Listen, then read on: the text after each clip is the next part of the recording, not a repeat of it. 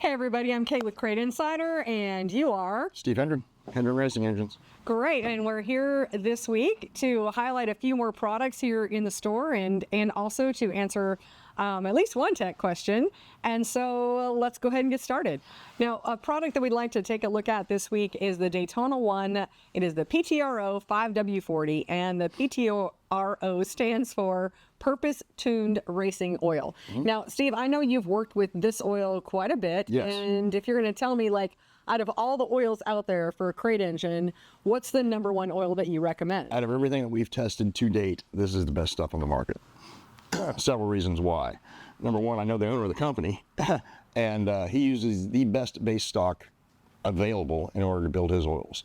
It's a little bit pricier probably than some oils, but you know, the longevity of it is there in the sense that you're not going to be changing it as often as you do, you know, dinosaur oil or, you know, a cheap synthetic or something like that.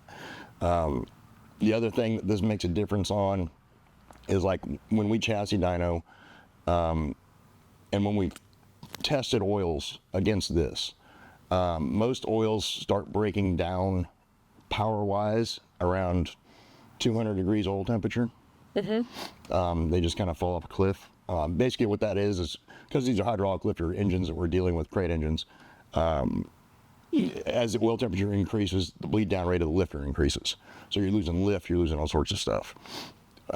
This oil here, it holds power until 230, 240 on the oil temp gauge. Wow. It's, you know, not only is it a power maker, but it is still the best oil on the market. Well, and you've mentioned that you don't have to change it as often. Yeah, you don't. I mean, really, honestly, like on my son's car, we keep an eye on the oil.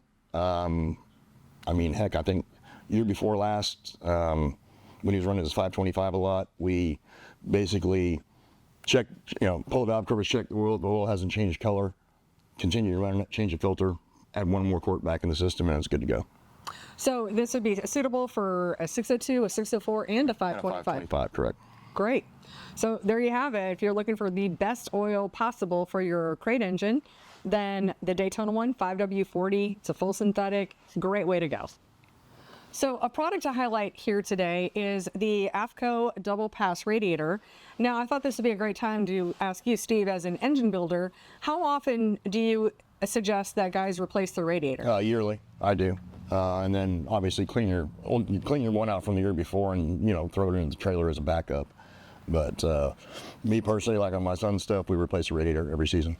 Yeah, well, and I did notice, because happens to be a dollar store. For dirt application. Yeah, asphalt, yes. You're not quite as, you know, bound to have to do that. But on dirt, you definitely need to, in my opinion. Sure. And I did notice there's a dollar store next door, and I noticed that the baby pools are out this time of year. So this is a really good time to pick up one of those bigger baby pools if you want to soak last year's radiator. Exactly. Now, with radiators, I've certainly gotten some recommendations from you in the past as far as single pass versus double versus triple pass. There's probably a reason I sell double pass radiators. Double passes is the only way to go, in my opinion, on a dirt application.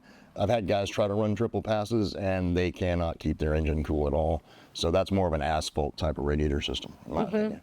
Yeah, and there's entirely different cooling mechanisms for those as well. Yeah. You've got electric cooling usually, they're using electric fans and stuff like that. And you've also tried to work with electric fans on dirt before. Yeah, I couldn't make that work. We tried our best, but couldn't make it work. Yeah. So if you are, you know, just getting ready for the race season and haven't done it yet, picking up a new radiator is a great way to go to kick off the season. So a product that we'd like to highlight here is the Arts Radiator Cap. It's the cap, radiator cap from Arts Radiator.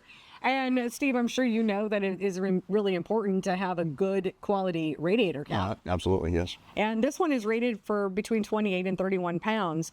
And one thing that's really nice about these is that they actually test them. So they test them to make sure, because you did that little piece of metal. And they've said, what, out of 130 that they test, they're throwing 40 or 50 of them away. Yeah. So. Yeah, because just the way you put that little pieces of metal in there can make a big difference on whether it can hold pressure or not.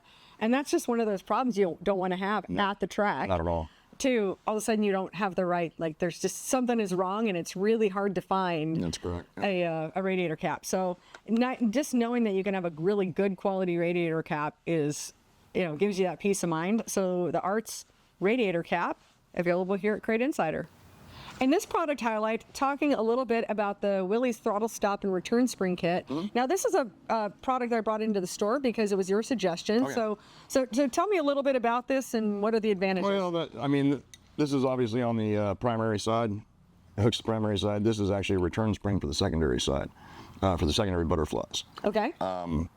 It's the simplest thing to use. It doesn't look janky when you've got it set up. So you bolt it on the driver's side of the carburetor, hook that up with that little kit right there, set your nut and bolt right here for your throttle stop, and you're good to go. Great. That's all. It's just condensed into one piece and easiest thing in the world to use.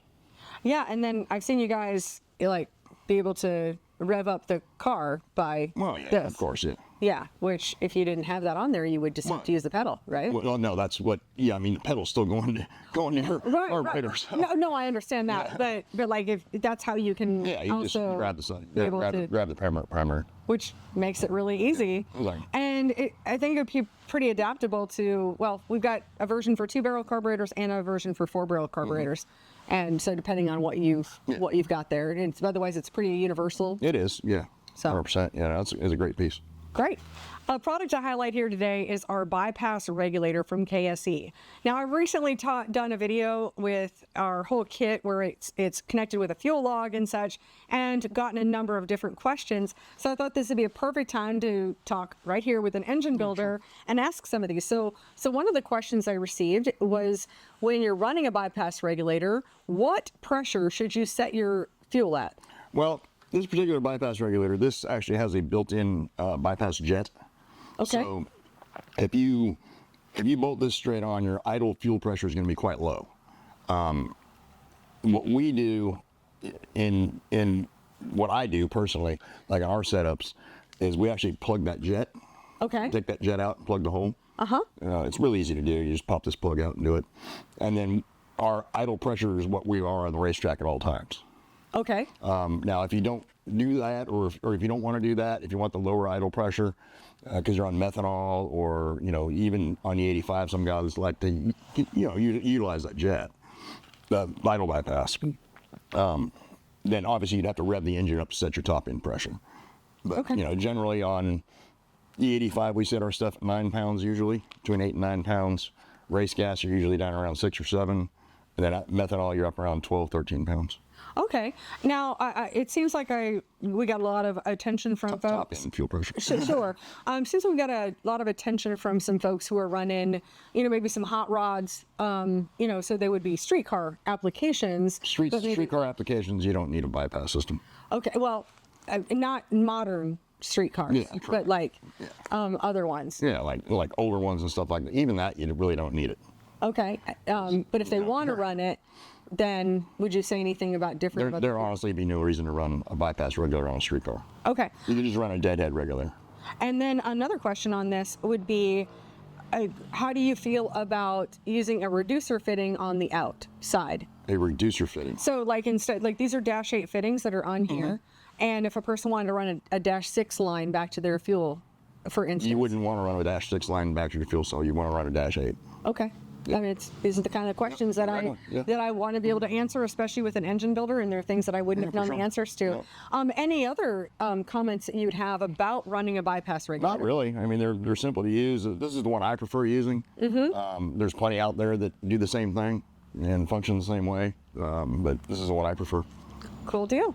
So there we have it. If you want to check out the bypass regulator for yourself, and you can find that right there on our website at CrateInsider.com.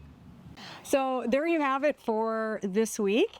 And, if you haven't already, hit that like and subscribe. Thank you so much for being here, and we'll look forward to seeing you in another video.